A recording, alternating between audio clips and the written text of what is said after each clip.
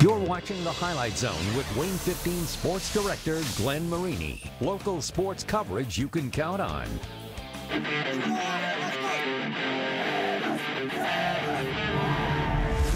amping it up this week. It's cool.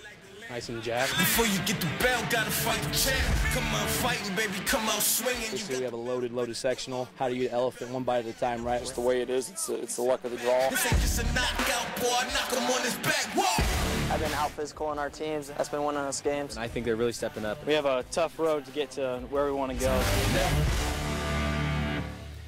Great respect for Nathaniel Keener's Mullets. Now, 1A may be the smallest classification, but tonight, a first round of sectional play, it held the biggest matchups. Of the 8 teams in sectional 43, 5 of them ranked in the state's latest poll, making it one of the most loaded sectionals in the entire state of Indiana. Andy McDonald spent his night in Turtletown, and he has your game of the week. Andy. Hey, thank you, Glenn. This is the sectional of death, possibly the toughest sectional in the entire state, like you said, Glenn. Churubusco ranked 4th in 1A, South Adams ranked number 6, both with legit state title aspirations, but one, they wouldn't even make it out of the first round. South Adams, Busco, it's your Highlight Zone game of the week. Starfires went 7-2 in the regular season. Busco, even better, 8-1. It's even at 7 in the first half. Move to the second quickly. Sam Wood around the edge on that sweep. He gets in the end zone, but they'd missed the extra point. Starfires coming right back at you. The offense getting explosive. James Arnold up top. Drew Stutzman for the TD. They kicked the extra point. They actually lead 14-13, but here comes that sweep. Big number 52 on the edge. Gage Kelly presses fast forward. He retakes the lead for the Eagles, but right back, Starfires, one of the best helmets in the entire area. Stutzman, again, nice hands, catching it right up there to tie this game at 21 apiece. Paul Sade trying to dial it up the right play. He'll call number 2's number. Tom Richard does it himself to take the lead, 28-21. We got less than 2 minutes to play. 4th and 10, their season on the line. South Adams, Arnold, Stutzman, how about one more time? Actually, that's Grant Besser, gets it down to the 31-yard line, but their season would come to a close with this pass, this duck. It would go right in the arms of Joey Ammenheiser. Busco, they are moving on in sectionals as they win this one, 28-21. Really nice. We came out and executed just like we planned. All week in defense, we really did that. Let's go. It's the hardest sectional in the state. We just got to get after it and keep working every single week, and we got to prepare for Adams Central. You can get them in 3rd and long and 4th and long, but they have so many weapons that it's a situation where you're never safe. And I think our kids did a good job of, when things didn't go our way, just hanging tough and keep playing Busco football, and they did a good job tonight. The sectional of death, you knocked one out. You got AC up next. What will it take to knock off AC? Well, we're going to have to play better than we did tonight, and if we want to have a chance in it, we're going to have to rebound and hang tough like we did tonight and hopefully make enough plays to keep it interesting in the 4th quarter. South Adams finishes 7-3 on the year. Meanwhile, Busco is moving on, and spoiler alert, they'll face Adams Central next. Glenn, back to you. I got the feeling they were going to face Adams Central.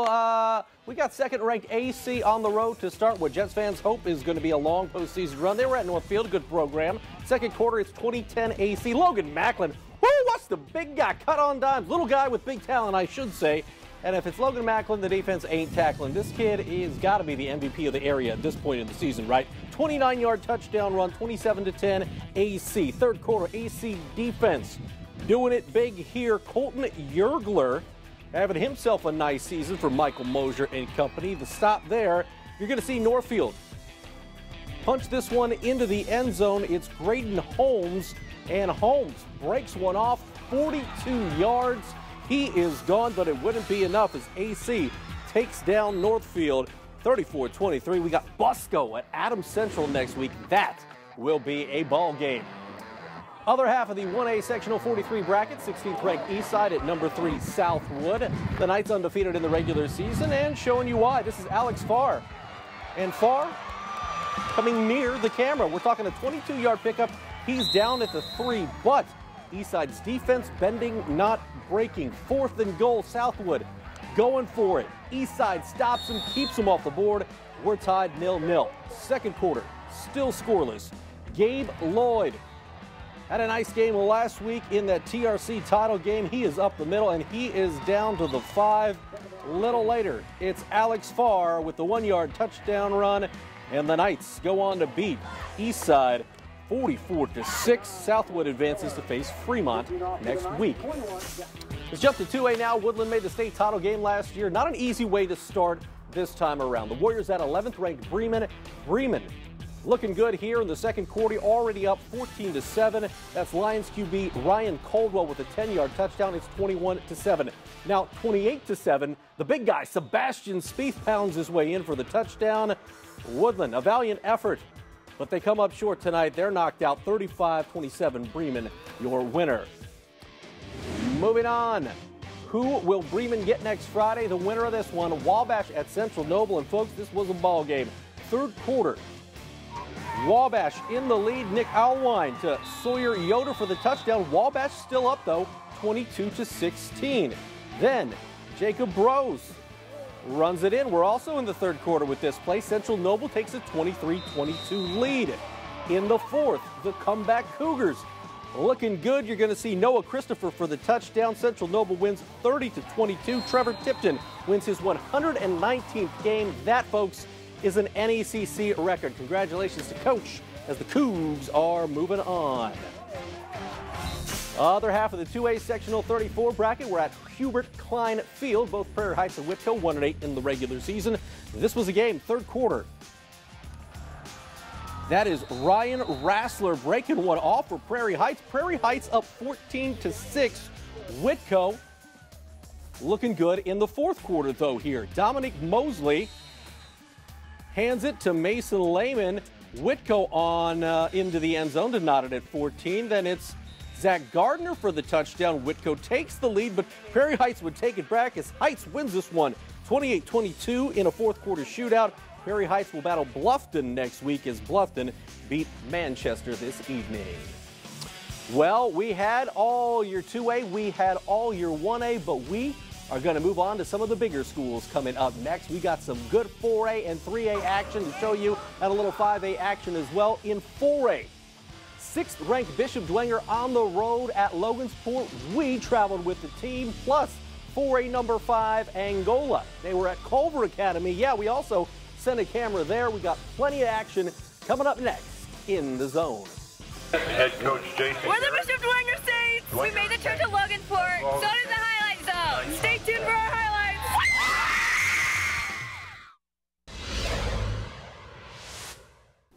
You came in the summer and you lifted those weights for tonight. For the first round of the sectional. We didn't have to have everything ready to go until tonight. And I got good news. It's ready to go. Offensively and defensively, we have gotten a lot better.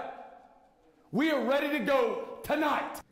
That was Jay County's Tim Millspaw. You can hear more from him Wednesday at 6 o'clock in your Highlight Zone 2-minute drill. Now, as for tonight, Bishop Dwenger putting a few clicks on the old odometer. The Saints traveling an hour and a half for a first-round game against Logansport. We did, too. The SAC champs at the Berry Bowl. And in the first quarter, a little bit sloppy, maybe because of that, long drive. Logansport recovers the fumble in the red zone. Jason Garrett not happy about that. He'd like this. The defense hold forces him to a field goal attempt. Special teams coming up big. They block it. No one picks it up until Jake Chapella. The Chapella Show. They call the kid the Dragon, and the Dragon was breathing fire tonight. That's a touchdown. It's 7-0 Bishop Dwenger. Second quarter. Watch Hayden Ellinger. He's into the end zone here. Dwenger takes an early 14-0 lead, and the Saints are marching on 42-14, winning at Logansport. So who gets Dwenger next? Would it be Leo? Would it be Jay County? Well, in the first quarter of this one, it would be Leo working it and working it with the ground game. It'd be a constant thing. Peyton from the windows to the wall. He's in for a touchdown. He had 142 rushing yards in this game, 4 touchdowns, 7-0 Leo. Ryan Schlechte, though, coming the other way for the men in blue. And Schlechte is gone. He gets Jay County on the scoreboard, and we're knotted at 7 late in the first. Second quarter action. Who else but Peyton Wall? We already told you the kind of night that he had, as Leo wins this one on the road 35-21. So you got Leo at Bishop Dwenger next week. Staying in 4A Sectional 20 at Jack Weicker Stadium, 7-2 Wayne at winless Southside. First quarter, it's Eric Winborn going up high in the end zone. That's a touchdown for Wayne, and the Generals up 14-0. Second quarter, Craig Young going to play his college football at Ohio State. It's 20-0. You're getting a theme here. It's that Wayne offensively did kind of whatever they wanted tonight. Devonair Kelsaw in for the short touchdown. A little bit later, you're going to see Kelsaw do it again. Wayne, no problem with Southside in this one. It's the Generals winning at Weicker Stadium by a final of 50-12.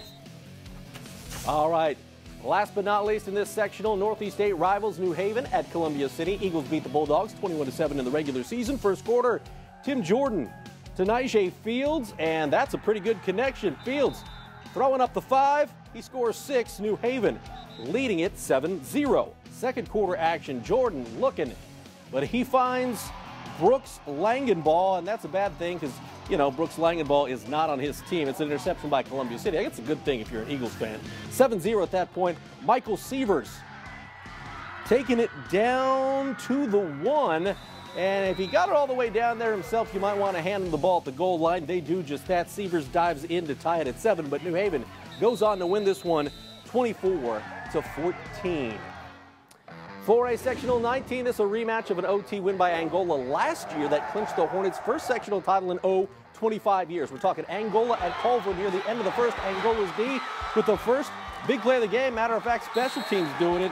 Marcus Tagliaferri gets his hand on it. Luke Honer puts it inside the 20. That capped off a 36-yard field goal. The ensuing drive by Eric Cool as a cucumber Cockcroft. 3-zip Angola ensuing kick. Watch that. Ball out, and it's into Tagliaferri's hands, and Tagliaferri is gone.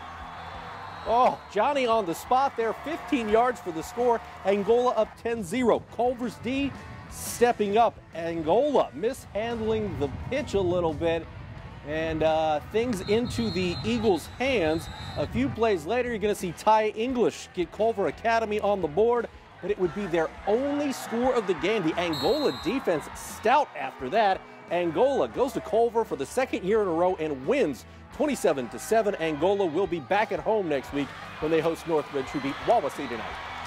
Other half of the sectional 19 bracket, East Noble beat DeKalb 35-7 in week 4. Barron's looking for some postseason payback in Waterloo. This one would be a lot closer. First quarter, Caden Harshberger. You could make a case that he's been the MVP of the NE8 this season. 55 yards on the score, 14-7, East Noble in the lead. DeKalb, oh, the Barons would not go quietly into that good night.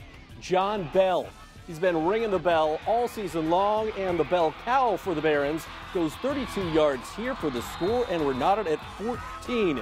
This one, back and forth all night in the rain. Bailey Parker, what a job he's done this season. East Noble edges DeKalb 33-32, and East Noble will face #1 Northwood next week. 3A football, Lures with 11 state titles in the old trophy case. The quest for 12 beginning with Heritage tonight.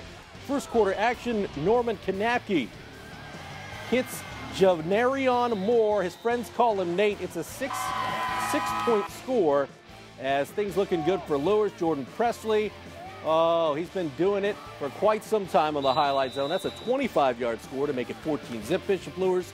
Then Norman Kanapke finding Jamick Johnson. This kid has burst onto the scene in the second half of the season.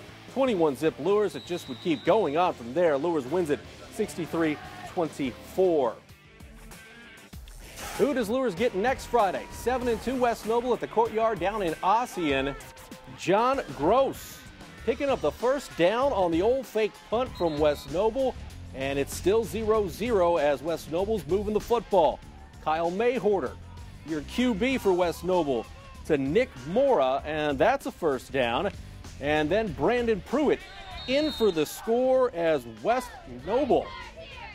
Pretty impressive so far this season. West Noble goes down to Ossian and wins this one 28-21. So Lures will travel to West Noble next week in round 2. More from 3A Concordia at Lakeland. The Lakers rushed for almost 600 yards last week. At 6-3, a tough test for the Concordia Cadets. Would they be? They would be.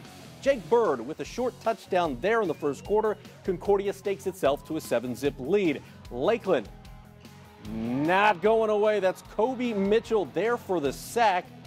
And you're going to see Jake Bird here hand it to Amir Drew, who's had himself a nice season, 14-0 Concordia. Second quarter still, you're going to see A.J. Poe hand it to Austin Collins. This would get Lakeland on the board. Not surprisingly, a rushing touchdown, but Concordia does win this one 28-13 to advance.